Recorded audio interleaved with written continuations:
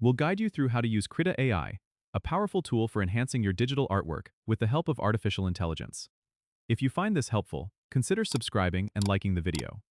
First, open Krita on your desktop and make sure you have the latest version installed, as the AI features are only available in the 2025 update or later. Once Krita is open, go to the top menu and click on the Extensions tab. From there, select AI Tools to access a variety of AI-powered features. Let's start with the AI Colorize tool, which is fantastic for adding color to your sketches. Open your line art by clicking File and then Open. Navigate to your desired sketch. With your sketch open, go back to the Extensions menu, then AI Tools, and click on AI Colorize.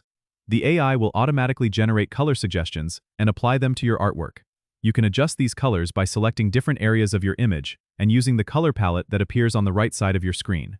Next, let's explore the AI Upscale feature that improves the resolution of your images. If you have an image that you want to upscale, make sure it's open in Krita, then go to Extensions, AI Tools, and select AI Upscale. The software will enhance your image quality without losing detail, making it perfect for printing or larger displays. Another great tool is the AI Style Transfer, which allows you to apply the style of one image to another. Open the image you want to stylize, then go to Extensions, AI Tools, and click on AI Style Transfer. You can choose from several preloaded styles or upload your own reference image. Krita will then blend the style into your image, giving it a unique look.